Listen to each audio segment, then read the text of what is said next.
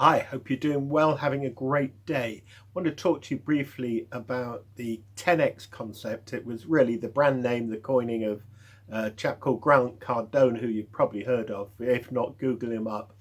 And it's really the art of thinking big, to think instead of 10%ing more in your results, 10 times them. Whether you're a business owner or a salesperson or whatever you are, it really means asking a different set of questions that lead you to a different results. So instead of saying, what can I do to earn 10% more or make 10% more sales, what can you do to 10 times them? So the real secret of 10x, and a lot of people who are greatly successful, is that they think bigger and they think in big ways. For them, it was quite often natural. But actually, for people who don't, it's natural to think small. I find in my recruitment company, I say to people that, you can earn over 100K a year in this job. They think, oh, it's, don't believe it, it's not true. So I certainly couldn't tell them you could earn over a million. They're thinking of 60, 70K or whatever figure they've got in their mind as their reality. So get out of that reality. There's plenty of people, by the way, in sales earning over £1 million a year, right? They don't own a business, they don't even have a team, just in their own sales. And whatever skills they've got in sales, you can too. The difference is they asked a different set of questions. So that's what 10x thinking is all about. It's a mindset change to actually get you asking questions which are much, much bigger. The motivation, the skills can all come because they'll be the answers to the questions. What you have to do to get bigger, what you have to do to automate, what you have to do to leverage, what you have to do to get bigger clients, bigger margins, whatever it is that you have to do in your business or in your individual goals. So you need a belief change. You need to get out of earning 60, 70K a year to whatever figure you want to earn. And obviously, whatever figure you come up with, you could always 10x that. And you may argue that, if you went for £1 million a year and only got halfway, well, that's not too bad. But yeah, you've got to think really much bigger to achieve the goals. I see it in all the people we've placed and the ones who earn the big bucks. And they're quite often not the ones who are more talented or skilled. They're the ones who think differently. And it takes them into a different way of thinking. So it's the questions you ask, the how, why, what, when. Not small questions, questions that have big answers. But to have the big questions, you've got to believe in them in the first place. So just suspend any limiting beliefs or that you've got. And just imagine it was possible you could earn £1 million this year. I mean, I might be talking to someone who earns more than that, but just for an example. And just, think, what is it I could do to achieve that? What would have to change? Imagine you got such a motivation that you needed £1 million for your most precious loved ones needed a rare medical equipment to live. You'd be so motivated to achieve that. So then you'd start asking the questions. What can I do to get £1 million? It makes you ask different questions. And if you look at the people, the world's full of billionaires, let alone multimillionaires. And what did they do differently? And you watch the videos on YouTube and so forth. And if just making money, because that's an easy thing to measure, it's got numbers in it. What did they do differently to have that great success? And quite often it's the bigger questions that they ask. They think big. They stop 10%ing and 10 timesing. That's what Grant Cardone is really doing. He writes a great book. You really ought to buy it. So you need to scale. You need to scale your results and go somewhere. Now, if you've got a team, if you're a sales manager or if you're an entrepreneur, if you own a business, you need to, if you're managing a team, you need to get them 10x thinking.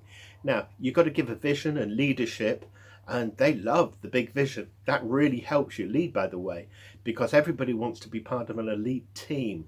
They want to feel special, and you make them special by saying, we're really going places. We might be doing £1 million a month now. We're going to go for 10 million within the next 3 months as a team. How can we achieve it? And ask those questions. And people will love that, and you'll attract the better quality people if you're recruiting.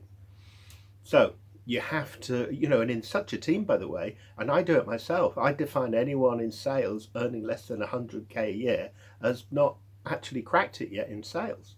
If they would, they'd have sold more themselves better. If they can't sell themselves for 106 figures, how can they, work for anybody else and be really credible? So you've got to think differently if you're managing. Now, if you're a sales professional, the questions you've got to ask is, and I see this so much owning a recruitment group, is what are the best sectors to work in? People go to the sectors they like. In sales, so many young men start off in the motor trade because they love cars. Bad motive, that's low basic, low commission generally in the motor trade, not the best. You've got to think of the sectors which are growing, making money, got the margins, pay the salespeople the most. You can easily research that. Just look at the OTE job targets on one of the job boards or something. You can easily research and find this information out. Then you want to start about how can I get a better deal so that more of the deals I make are going in my pocket. Yeah, I mean, I know people that have bragged to me about how much they earned. They earned 150 grand last year, but they made 1.5 million for the company that they're working for. That's not a good negotiating skill if that's how you've been frankly ripped off. So you've got to value your time and get out of that 9 to 5 attitude, get into the results attitude. The time is irrelevant. Well, it's not irrelevant, but it's important. But don't serve time. Don't think that you're paid so much an hour a day, a month, a year. That's the whole negative of salary thinking. It makes us think small. That's why so many commission-only people, one of the advantages they have, they stop thinking about time for money. And that makes them think differently and actually want a lot more for their time. It makes them actually think a lot bigger. And that's a great thing to have. But also, I've noticed that salespeople, they start thinking about, if I'm really going to make the big bucks, I want the residuals building up. I want the concept of an ongoing income from something I did once. I'll say that again, an ongoing income from something you did once, because that can compound. And just Google compound interest and you'll see how that works brilliantly for investors. It works the same in sales remuneration schemes. Get a residual so that once you bring a client in, every time they sell, you want a little cut of that. Yeah? So this is how you build a team. This is how you think differently. And you've got to 10x your thinking 10 times. You've got to start believing that you can do it. Now, if you really want to grow a big company or go to big places, let's make in contact, because we're looking for companies that want to recruit 100 people, not 100. Why? Because we want 100 recruitment fees, and you get a better deal for it, but it's a lot of money for us. So we want recruitment deals which, are well into 6 figures, but you're getting a lot of return. As I say to people, if I gave you £10 million, would you give me, £500,000 as a commission on that? And they usually say yes. Yeah, because it's obviously a no-brainer mass, and that's the way you've got to think. So that's 10x thinking, and it's over and out for me, and go and do it.